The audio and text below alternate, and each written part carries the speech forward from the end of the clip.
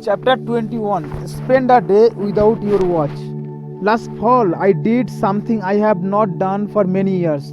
I left my watch at home and spent an entire day without looking at the time.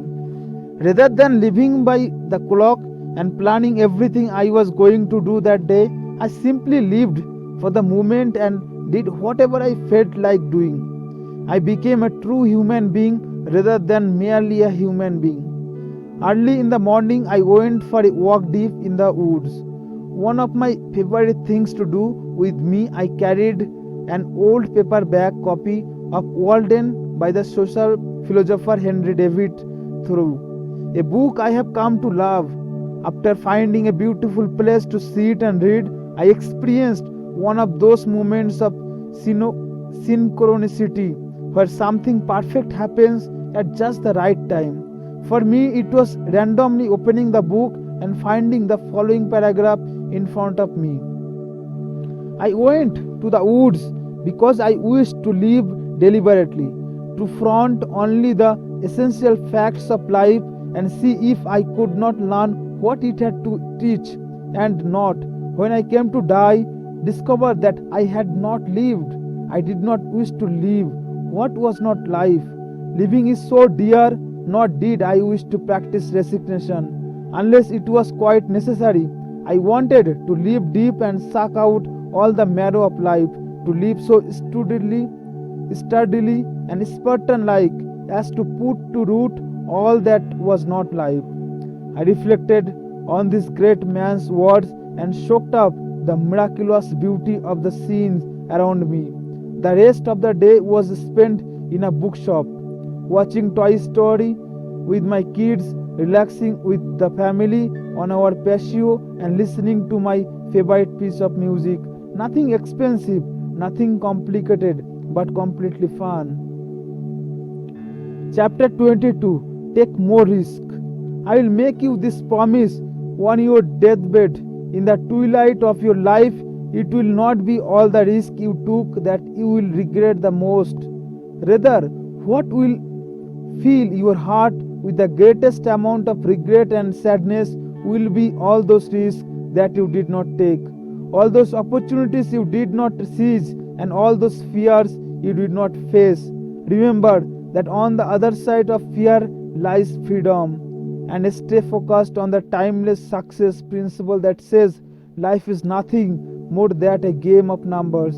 The more risk you take, the more rewards you will receive. Or in the words of Sophocles, fortune is not on the side of the faint-hearted. To live your life to the fullest, start taking more risk and doing the things you fear.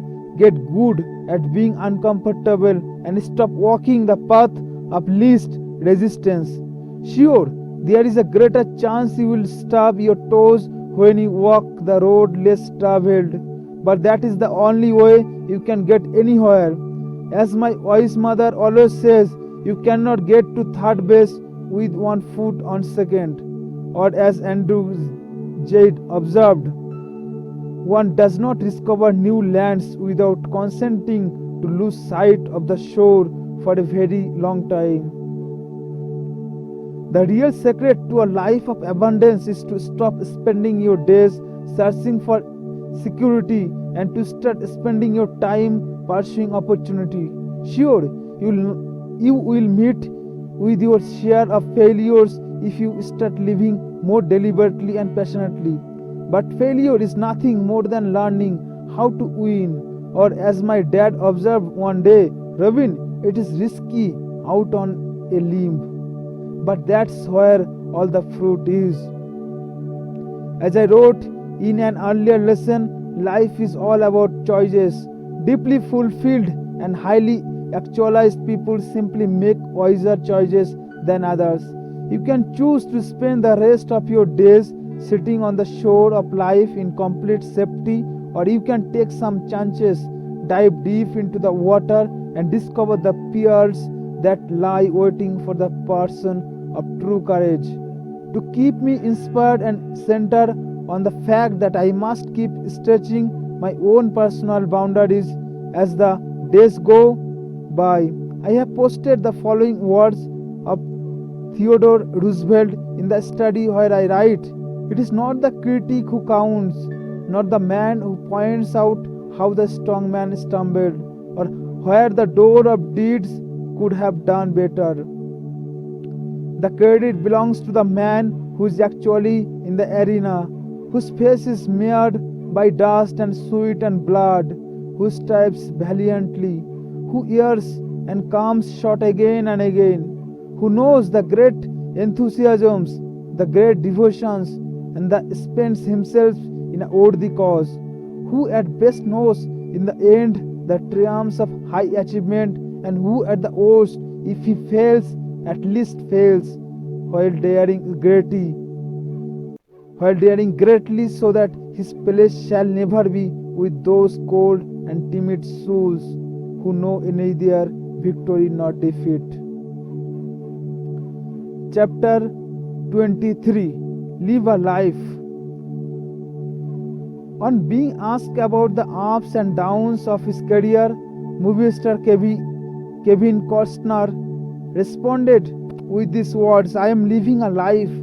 I found this reply to be profound rather than spending his days judging the events and experiencing of his life as either good or bad. He adopted a neutral stance and simply decided to accept them for what they are, a natural part of the path he is on. We all travel different roads to our ultimate destinations. For some of us, the path is rockier than for others, but no one reaches the end without facing some form of adversity. So rather than fight it, why not accept it as the way of life? Why not detach yourself from the outcomes and simply experiencing every circumstance that enters your life to the fullest? Feel the pain and savor the happiness. If you have never visited the valleys, the view from the mountaintop is not a breathtaking. Remember, there are no real failures in life, only results. There are no true tragedies, only lessons, and there really are no problems, only opportunities waiting to be recognized as solutions by the persons of wisdom. Chapter 24. Learn from good movie. I love going to the movies whenever I can. Often I take my young daughter Bianca and my son Colby with me, and while munching and popcorn, we enjoy the latest animated film that is hitting up the box office. We always walk out with smiles on our faces, along with a whole host of new characters we can pretend to be in our daily play sessions. When I am on the road for speaking tour, I still try to find a few hours at the end of the day to slip into a theater in whatever city I may be in and watch a good movie.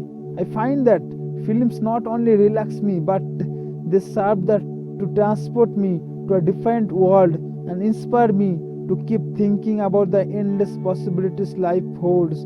I guess movies bring out the dreamer in me. Recently I saw an Italian movie called Life is Beautiful. Though it was subtitled, it kept me riveted for nearly 3 hours and moved me like no film I have seen in quite some time. Much of the story centers on a loving father and his relationship with his young son. Early on, the two are inseparable and share many great times. Suddenly, one afternoon, the two are taken away from their home and placed on a train bound for Auschwitz, the notorious Nazi concentration camp. The rest of the movie shows the incredible length the father goes to, not only to keep his son alive, but to actually keep him happy through their horrifying ordeal. Though the father ultimately sacrifices his own life at the end, Life is Beautiful is a powerful reminder that living is a gift and we must make the best of it every day of our lives. A good movie can restore your perspective, reconnect you to the things you value most, and keep you enthusiastic about all the things in your life. And as Ralph Waldo Emerson said, "Nothing great was ever achieved without enthusiasm."